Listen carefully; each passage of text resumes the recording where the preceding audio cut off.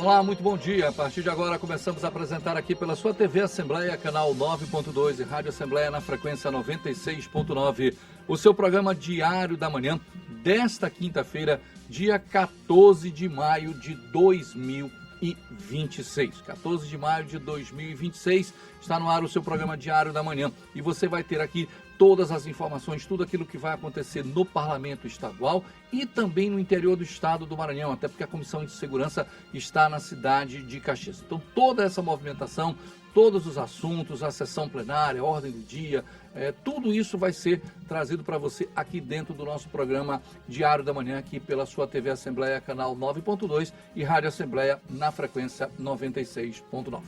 E sem perder tempo, nós vamos direto para o Parlamento Estadual. Nós já temos a nossa repórter Stephanie Souza, que está lá posicionada e vai trazer as informações para você, amigo da TV Assembleia, canal 9.2. Olá, Henrique. Bom dia a você, bom dia a todos. Hoje será realizada a última sessão plenária da semana, então daqui a pouco, às 9h30, as deputadas e os deputados devem ocupar o plenário para iniciar a sessão.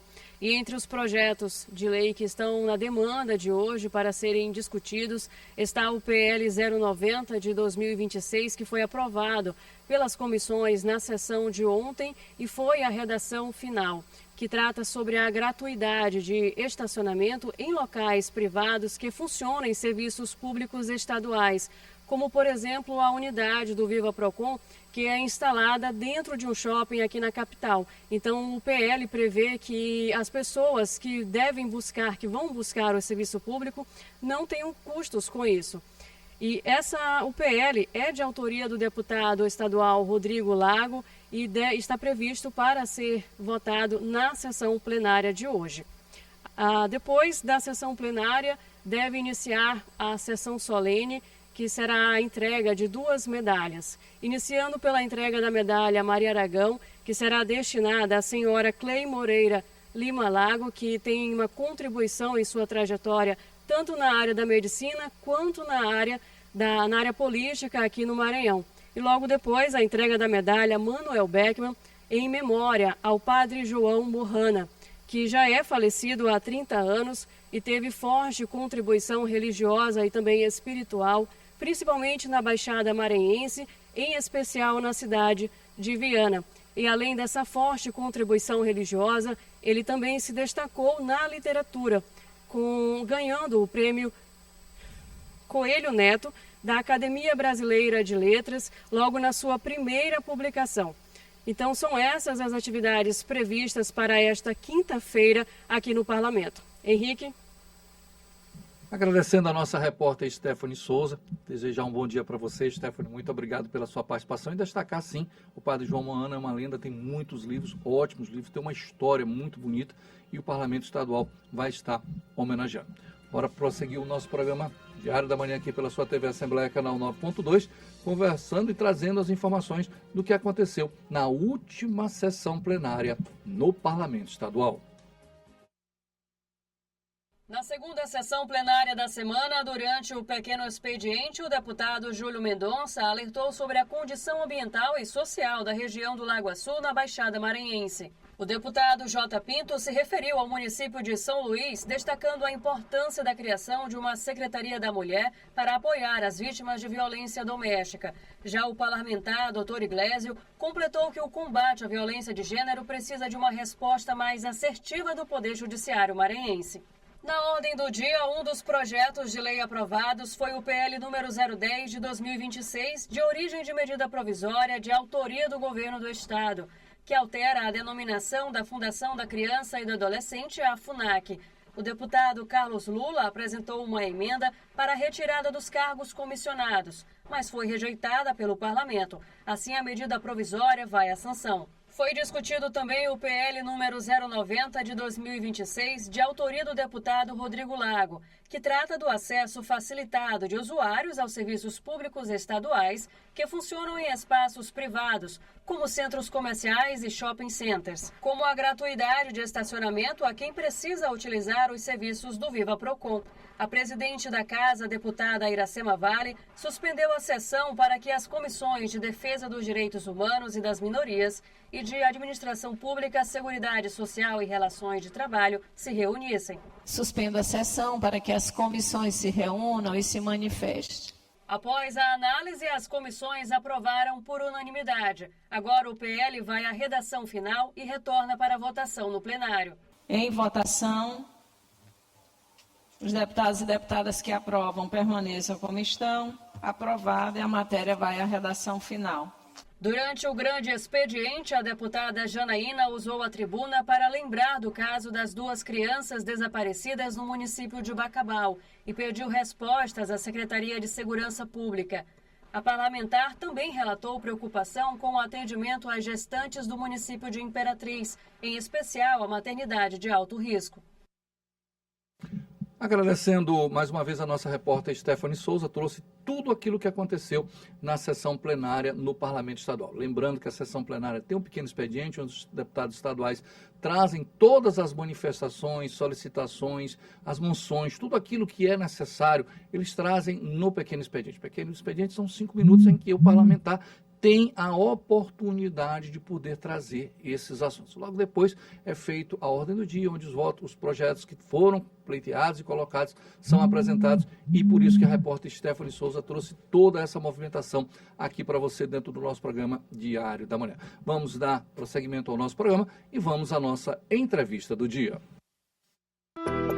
Entrevista.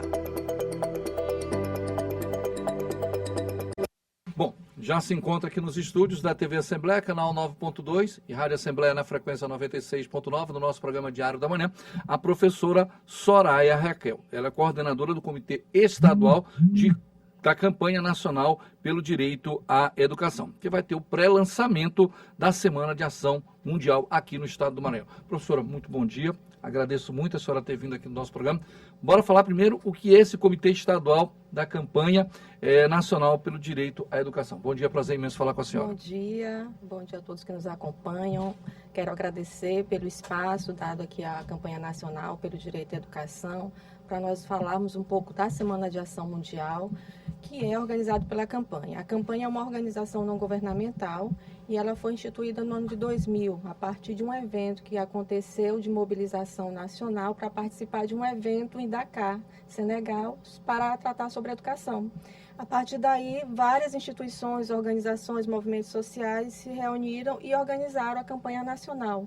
Então, nacionalmente, essa campanha ela tem os comitês estaduais e faz uma mobilização pelo direito à educação.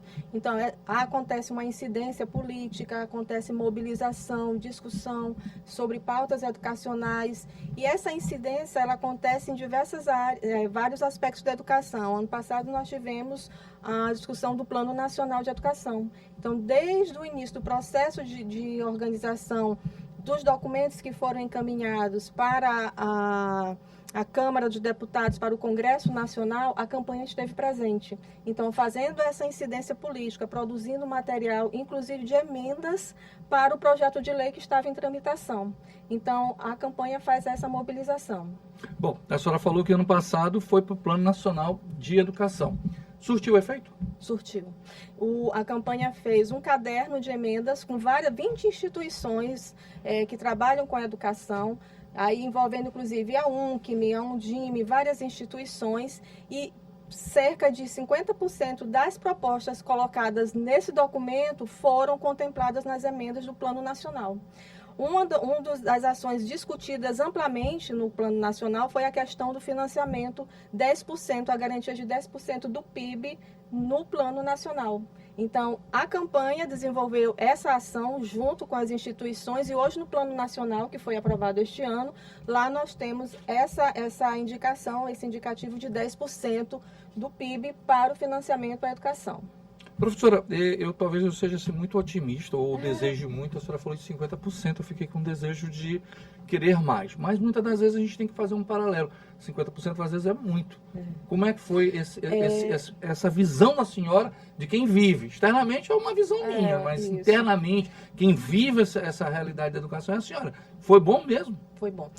No sentido, nós ainda temos muito a avançar. Ótimo. Mas no Plano Nacional, o projeto de lei que foi encaminhado ao Congresso, ele sofreu mais de 3.000 emendas.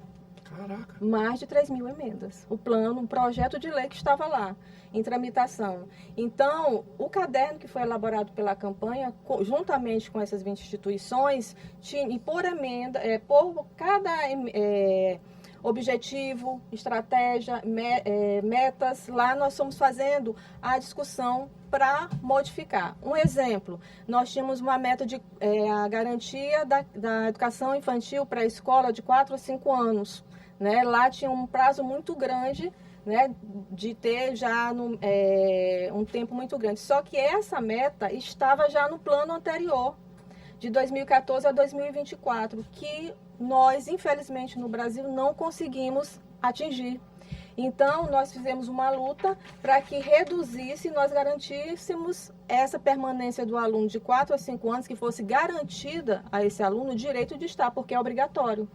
Nós temos na faixa etária de pré-escola ao ensino médio, é direito estar lá como ensino obrigatório de acordo com a Constituição.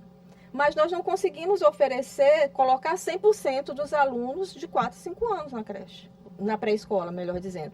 Nós não conseguimos universalizar o ensino fundamental ainda. O ensino médio nós não conseguimos universalizar, então nós estamos em pleno século XXI, né, e não conseguimos garantir a educação básica. Então, essa luta que aconteceu na discussão do novo Plano Nacional foi muito importante. Né? Agora, nós ainda temos outros aspectos. No final do projeto que foi apresentado pelo relator na Câmara dos Deputados, tinha lá que iria reduzir o financiamento para 8% do PIB. Então, foi feita uma incidência política, né, para que nós conseguíssemos manter os 10% do PIB, né, até o final da vigência desse plano. Certo? Então, a gente precisa continuar fazendo isso porque nós ainda temos muitas conquistas a conseguirmos. Nós temos, em questão do financiamento, nós já avançamos no Brasil, né? Mas nós precisamos avançar muito mais. Avançamos no quê? No Fundeb que nós temos, que é um mecanismo de financiamento, né, que nós temos, que anteriormente era o Fundef, e aí fomos avançando. A questão do custo aluno-qualidade, que isso é uma temática que agora nós precisamos retomar e a sociedade precisa cada vez mais se apropriar dessa discussão e é por isso que nós estamos na campanha, neste ano, discutindo na Semana de Ação Mundial, que é uma semana que acontece em mais de 120 países, e aqui no Brasil, quem é responsável é a Campanha Nacional pelo Direito à Educação, e este ano nós estamos falando sobre o Plano Nacional de Educação, né, sobre o financiamento, porque nós tivemos um plano que foi aprovado, o Plano Nacional, e agora nós precisamos organizar os planos municipais e os planos estaduais. Então, a sociedade precisa se mobilizar, precisa estar atenta a esses aspectos, porque para a gente oferecer realmente uma educação de qualidade, a gente precisa ter um financiamento digno. Sem dúvida. Né? Professor, nós estamos conversando com a professora Soraya Raquel, que é a coordenadora do Comitê de Campanha Nacional pelos Direitos à Educação. A senhora falou muitas vezes, fez muita questão da palavra financiamento, da busca desse recurso. Teve um momento que tentaram baixar o recurso, vocês foram para a guerra. Como é esse embate como educadora? E eu conheço que todo educador, eu sempre digo isso, você nasce professor, é um negócio que é impressionante. Você nasce para educar, você nasce para essa vivência, não é para qualquer um. Muitos se aventuram e depois pulam fora, porque não é. E como é que é essa visão daquilo que pode, porque a senhora colocou tudo aquilo que pode ser realizado, e ao mesmo tempo tem que estar lutando, porque eu entendo como é o governo, que muita gente fica dizendo, o governo não quer colocar, não, porque é um quebra-cabeça. Tem que mandar para a segurança, tem que mandar para a educação, tem que mandar para a infraestrutura. Tudo isso o governo tem que trabalhar. E todos os setores são primordiais. E é uma luta constante. Eu fico imaginando o governo, não, eu vou tirar esses 2% aqui da educação porque eu vou botar aqui para a saúde. Mas a educação vem não dá. Não dá para diminuir esses 2% aqui de jeito nenhum, porque tu me quebra mais na frente. Então, como é que é essa luta diária? Nós precisamos cada vez mais reafirmar a importância, né, desse financiamento e um financiamento equitativo. Porque, assim, as necessidades que nós temos na região, por exemplo, uma região que tem... nós precisamos pensar no todo. É a questão pedagógica, é a questão de valorização dos profissionais, é a questão da infraestrutura. né, das condições materiais de funcionamento das escolas. Então, tudo isso precisa ser garantido.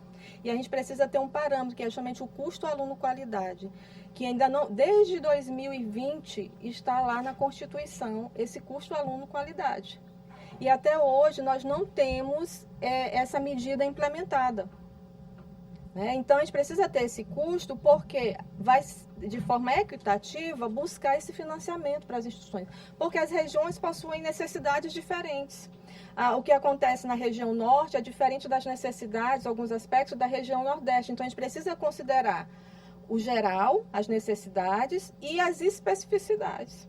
Por exemplo, um transporte escolar numa região que tem a necessidade do barco, né? Tem a necessidade do transporte escolar, faz transporte terrestre e barco. Então, assim, é uma necessidade maior. Então, assim, precisa ter essa análise e a gente precisa definir realmente quais são os parâmetros. Nós não temos no Brasil.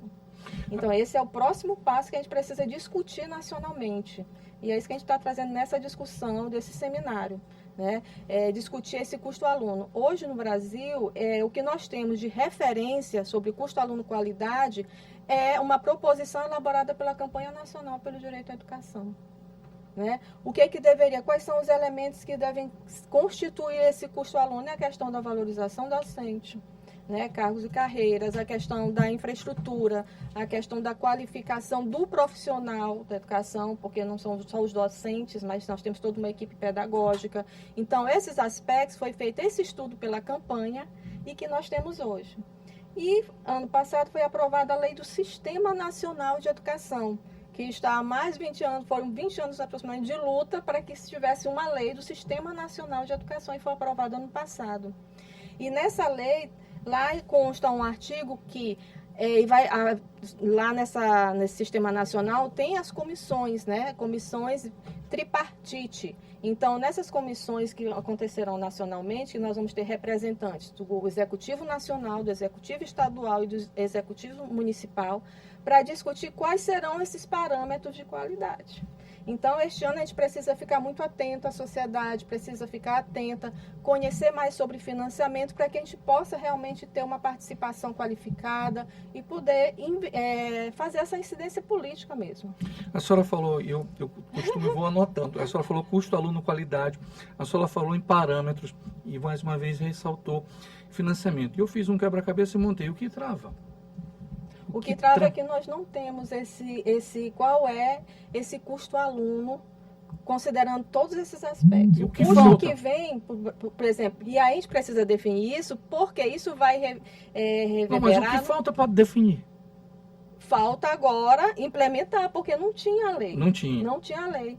Então, estava lá na Constituição. Então hoje vive dois momentos. Falta implementar a lei para destravar. Exatamente. Quem vai criar agora esses parâmetros vai ser essa comissão que foi constituída pela Lei do Sistema Nacional de Educação, que foi aprovada ano passado. Sendo que a questão do custo ao aluno está na Constituição desde, já tem 2020. E nós não temos os parâmetros.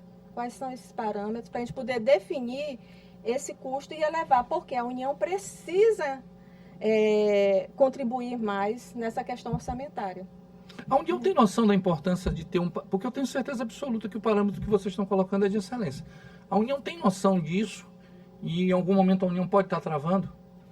Agora, com esses mecanismos normativos, vejo que não vai ter como, porque nós já vamos ter essas comissões. Vocês fecharam. Né? Vai ter essas comissões lá, que está lá no Sistema Nacional, que levou, como eu falei, muitos anos lá no Congresso, estava lá para ser votada. Né? Então, que bom que hoje nós temos esse tempo, porque na LDB nós temos que existe um Sistema Nacional, quais são as competências do Estado, dos municípios, da União, mas não existe enquanto um sistema. Vamos discutir o orçamento, vamos discutir o financiamento, vamos discutir qual vai ser os critérios, quais são os mecanismos. Então, com essa lei do sistema, nós esperamos realmente que consigamos efetivar essa discussão de forma sistemática, como se pensa em um sistema, né? Articulado. É uma engrenagem. Articulado. Né? Então, a gente precisa realmente tirar do papel o que está. Então, nós temos agora esse desafio. Porque assim, a gente consegue, as conquistas têm sido paulatinamente no Brasil.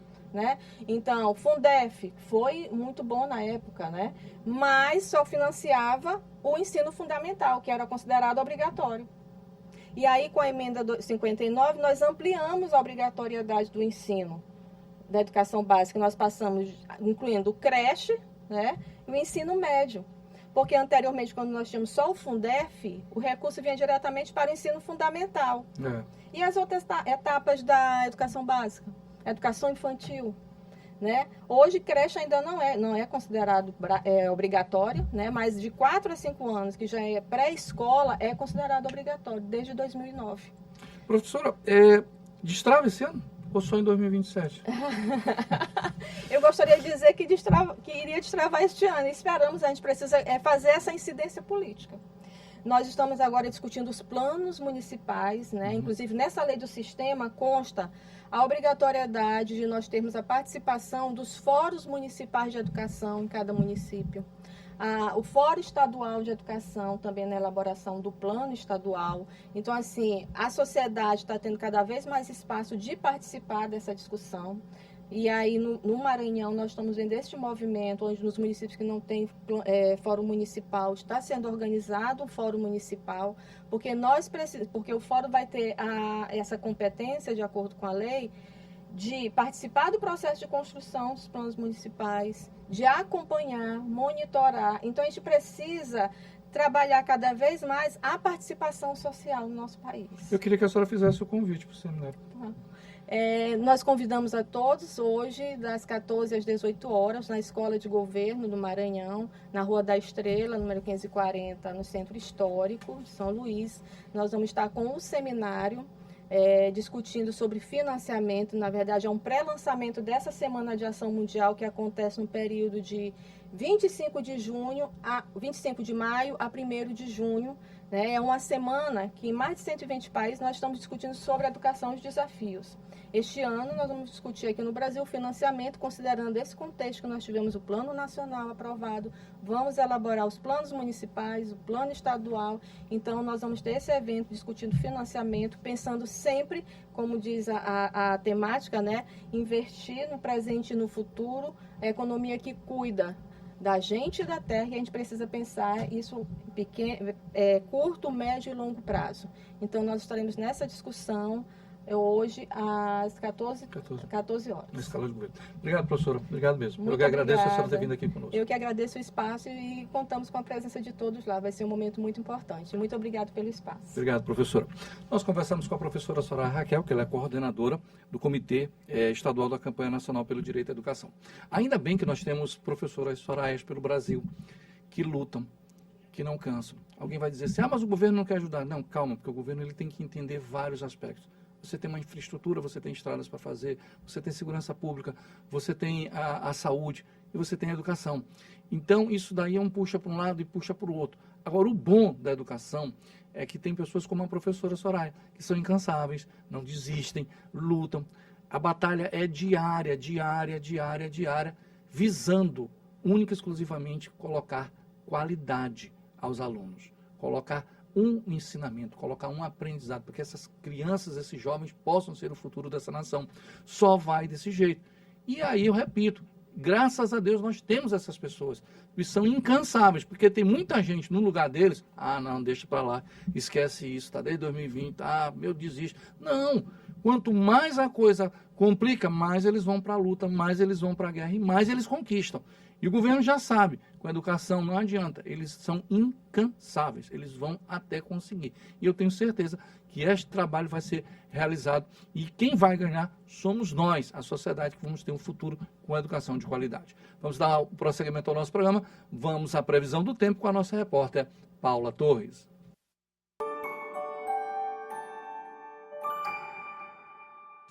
Oi, muito bom dia para você e para todo mundo que acompanha o Diário da Manhã. E olha, a quinta-feira começou com bastante nebulosidade e previsão de chuva em várias regiões do Maranhão. Aqui em São Luís, o dia segue abafado, com sol aparecendo entre muitas nuvens e pancadas de chuva acontecendo principalmente entre a manhã e a tarde. Mesmo nos momentos de abertura de sol, o tempo continua instável na capital. As temperaturas variam entre 24 e 29 graus. E atenção, porque o INMET segue monitorando áreas do norte maranhense por conta do risco de chuvas intensas e ventos fortes. Agora a gente vai até Barreirinhas, na região dos Lençóis Maranhenses. Por lá o calor aparece durante boa parte do dia, mas a chuva deve chegar entre a tarde e a noite. O tempo fica abafado e as temperaturas variam entre 24 e 30 graus. Agora seguimos para Balsas, no sul do Maranhão, e por lá o cenário muda um pouco. A quinta-feira será de sol entre nuvens e possibilidade de pancadas rápidas de chuva no fim do dia. As temperaturas ficam entre 22 e 31 graus. Daqui a pouco eu volto na F1 com mais informações da previsão do tempo. Uma excelente quinta-feira para você.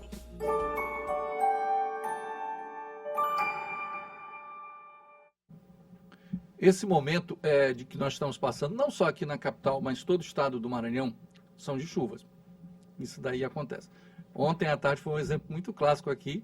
Até 1h da tarde estava um sol muito bonito na ilha. E quando espantou, caiu um verdadeiro toró, uma chuva muito forte, um aguaceiro, como nós chamamos aqui para o estado do Maranhão. Então, esse período, mais uma vez, eu digo para todas as pessoas, andem preparados com o seu guarda-chuva, sua capa, porque vai acontecer essas pancadas em quase todo o estado do Maranhão. E a maioria está acontecendo no período da tarde. A maioria estão acontecendo no período da tarde. Mas o tempo ele não tem seu espaço, não tem sua lógica. Vem e seja bem-vindo esse período muito bom que é o período de chuvas. Vamos dar prosseguimento ao nosso programa diário da manhã de hoje. Nós vamos direto à cidade de Caxias. Está acontecendo um evento lá na cidade de Caxias e quem vai trazer as informações é a nossa repórter Milena Dutra. Ela que está lá na cidade, a Comissão de Segurança da Assembleia Legislativa está lá e que vai fazer toda uma estrutura, todo um debate sobre segurança pública naquela região, uma proposta feita pela deputada Daniela. Quem vai trazer as informações é a repórter Milena Dutra. Olá, muito bom dia, Henrique. Bom dia a todos que acompanham o Diário da Manhã pela TV Assembleia, pela Rádio Assembleia. Estou aqui em Caxias, na região leste do Maranhão, região dos Cocais, para assistir, acompanhar e fazer a cobertura jornalística da audiência pública que acontecerá às 2h da tarde na Câmara Municipal aqui da cidade. Uma audiência promovida pela Assembleia Legislativa do Maranhão por meio da Comissão Parlamentar de Segurança Pública e foi requerida, solicitada pela deputada estadual Daniela. A audiência vai tratar de questões relacionadas à segurança pública do município de Caxias e de outros municípios da região dos Cocais. E deve contar com várias autoridades que devem estar presentes aqui neste encontro, entre elas a secretária de Estado de Segurança Pública, Coronel Augusto Andrade, além de autoridades locais aqui da região, deputados estaduais, vereadores e a gestão municipal de Caxias. Entre os assuntos que vão ser debatidos, Henrique, está o aumento do efetivo policial, investimentos em inteligência e tecnologia,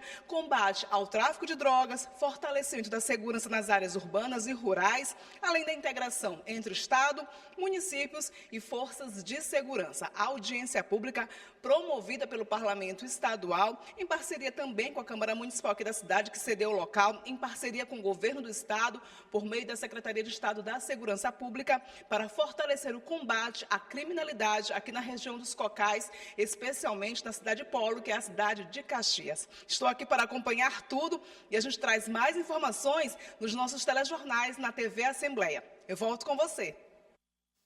Eu agradeço muito, Milena, desejo um ótimo dia para você, bom trabalho. Está na região dos Cocais, mais precisamente na cidade de Caxias, a Comissão de Segurança Pública, uma proposta da deputada Daniela, e tudo isso vai ser acompanhado aqui pela TV Assembleia e Rádio Assembleia. Nosso repórter também da Rádio Assembleia, Álvaro Luiz, se encontra na cidade de Caxias. Eu vou finalizando o programa Diário da Manhã, desta manhã de quinta-feira, dia 14 de maio de 2026, prometendo que daqui a pouco eu retorno somente na Rádio Assembleia. Agradeço a todos, fiquem com Deus, um beijo, um abraço, tchau Brasil.